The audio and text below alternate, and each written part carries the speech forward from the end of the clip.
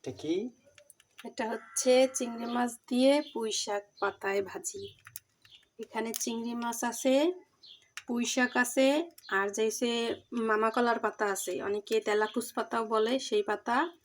তার সাথে আছে নারিকেল বাটা, আর আছে কি চিংড়ি মাছ বলে এগুলো রে? হলা চিংড়ি মাছ। হলা চিংড়ি মাছ, ছোট ছোট শলা চিংড়ি মাছ মেখে সুন্দর করে পাতায় দিয়ে দিলাম। আসলে এটা খেতে অনেক মজা, বিশেষ করে আমার স্বামী অনেক ভালো খায় এই খাবারটা, তার জন্যই রান্না।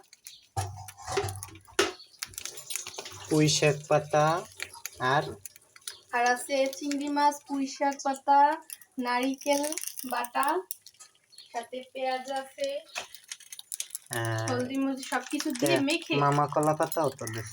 হ্যাঁ, খাবারটা আসলেই অসাধারণ লাগে। সবকিছু একসাথে, সবজিগুলো আর চিংড়ি মাছগুলো একসাথে মিক্স করে তারপর পাতায় দিলে এখন আস্তে আস্তে জাল দিব, সিদ্ধ হইতে থাকে।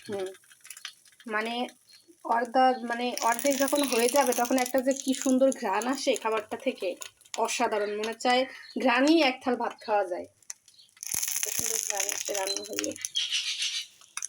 আগে যে পুঁই শাক দিয়ে যখন ওই আমার মায়ে আর কি পুঁই শাক দিয়ে যখন ওই কি কয় চিংড়ি মাছ দিয়ে যখন এরকম কলা পাতায় ই করতো রান্না, ওই সবজিটা আমাদের খুব ভালো লাগে। এগুলো তো আসলে আগের রান্নাই, এখনকার মানুষ প্রায় এইসব রান্না ভুলে গেছে, খায় না। আসলে আমার ধারে ভালো লাগে, অনেক মজা লাগে। এটা হচ্ছে আমার শাশুড়ির কাছ থেকে শেখা। বাসায় ট্রাই করে দেখবেন। আবার কি কি দিচ্ছে একটু বলো। চিংড়ি মাছ, নারিকেল বাটা, তেলাকুচ পাতা আর পুঁই শাকের পাতা, পেঁয়াজ, সামান্য হলদি মরিচ লবণের গুঁড়া আর তেল দিয়ে মেখে কলা পাতা একটু তেল দিয়ে দিয়েছি, একটু হালকা জল। পাতা কি? এটা হচ্ছে মামা কলার পাতা, তুমি চিনবে না, অনেকে চেনে। মামা কলা পাতা, আসলে মামা কলা পাতা খুবই উপকারী একটা পাতা। এই যে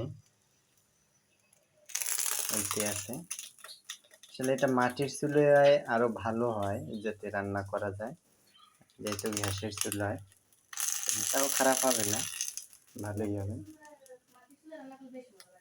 মাটির চুলায় যাতে রান্না করে তো সেক্ষেত্রে আরো ভালো লাগে, টেস্টটা বেশি আসে।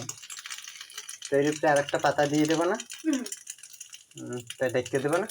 না, তাই নিচের পিঠ হইলে আবার উল্টাই দিব না।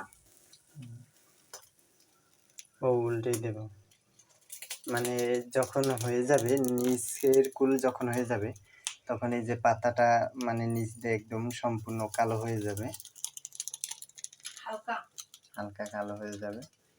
তারপর এটার উপরে আর একটা পাতা দিয়ে তারপর আবার উল্টেই দেবে, ওইগুলো হয়ে যাবে।